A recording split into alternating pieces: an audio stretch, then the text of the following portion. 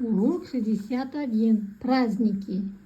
Ты научишься слушать и понимать текст, составлять предложения на основе прослушанного текста, участвовать в речевой ситуации, правильно употреблять слова действия. Упражнение 1.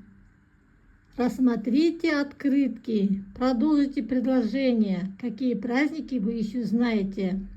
Суреттерді жақсылап қараймыз. Қандай мейрам туралы айтылған, тағы да басқа қандай мейрамдарды білесіңдер. День Республики отмечается 25 октября. Наурыз мейрамы отмечается 22 марта.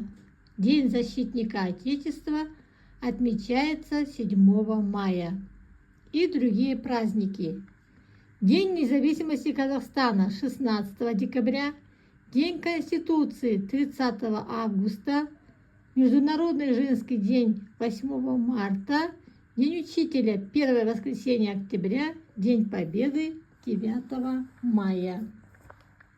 Упражнение 2. Послушай текст. О каких праздниках ты узнал?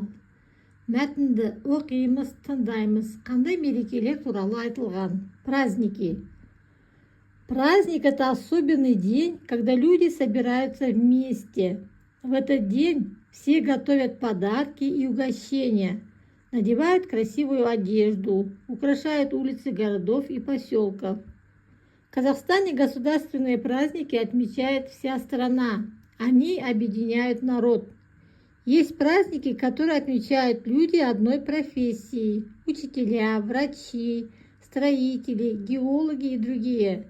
Это профессиональные праздники. А в каждой семье есть свои семейные праздники. Например, дни рождения. Они объединяют всех родственников. Мереке бұл адамдардың бірге жиналатын ерекше күні. Осы күні барлығы сыйлықтар мен дастархан дайындап, әдемі киім киіп, қала мен ауыл көшелерін безендіреді. Қазақстанда мемлекеттік мерекелерді бүкіл ел атап өтеді. Олар халықты біріктіреді. Кейбір мерекелерді тек бір мамандықтың адамдары тойлайды. Мысалы, мұғалімдер, дәрігерлер, құрылысшылар, геологтар және басқалар. Бұл кәсіби мерекелер. Әр отбасында өздерінің отбасылық мерекелері болады. Мысалы, туған күндер. Олар барлық туыстарды жақындастырады. О каких праздниках ты узнал? Я узнала про государственные праздники, например, Наурыз, День защитника Отечества, День независимости Казахстана. Также есть праздники одной профессии, например, День учителя. Какие профессиональные праздники отмечают в вашей семье? Сіздердің отбасыларында қандай кәсіби мерекелерді тойлайды? Мысалы, біздің үйде анамыз мұғалім болып жұмыс істейді, сондықтан мұғалімдер күнін атап өтеміз. Сол сияқты сендер өздерінің мысалдарында келтіресіңдер. Обратите внимание на словарь. Государственный праздник – мемлекеттік мереке, профессиональный праздник – кәсіби мереке, семейный праздник – отбасылық мейрам объединяют, біріктіреді. Упражнение 3. Составьте предложение, напишите в тетради. Назовите слова действия. На какой вопрос они отвечают? Что показывают эти слова? Завершенность или незавершенность действия? Берген схеманы қарап, мұқият танысып шығамыз және сөйлем құрастырамыз. Сөйлемдерді дәптерге жазамыз. Слова действия. На какие вопросы отвечают? Мы знаем, что слова действия отвечают на вопрос, что делать, что сделать, да? И что у нас получается? На праздник люди собираются вместе. На праздник люди готовят подарки и угощения. На праздник люди надевают красивую одежду. На праздник люди украшают улицы городов и поселков. Все слова показывают незавершенность действия, потому что они отвечают на вопрос, что делают. Что делают? Собираются. Что делают? Готовят, надевают, украшают. Если бы это была завершенность действия, то слова отвечали бы на вопрос, что сделать, что сделают. Например, приготовят, наденут, украсят. А тут это незавершенность, потому что делают. Упражнение 4. Продолжите диалог. Назирке, какой праздник тебе нравится? Назирке, саған қандай мереке ұнайды? Мне нравится Курусу күні. В этот день я люблю ходить в гости. А ты, Амир, какой праздник любишь? Маған Курусу күні ұнайды.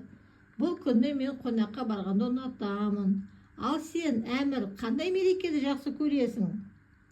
Я люблю День защитника Отечества. Мы с братом звоним дедушке, поздравляем его. Маған отан қорғаушылар күні ұнайды. Біз бұл күні атамызға қоңырау шаламыз, оны құттықтаймыз. А какой праздник любите вы, ребята? Ал сендер, балалар, қандай мерекені жақсы көресіңдер? Мне нравится Новый год. Мы украшаем елку, готовим подарки и ждем Деда Мороза. Маған жаңа жыл мерекесі ұнайды. Біз шыршаны безендіреміз, сыйлықтар дайындаймыз, аяз атаны күтеміз. А я люблю Наурыз. В этот день вся семья собирается вместе. Мы готовим бауырсаки и плов. Или Наурыз көже, например, да?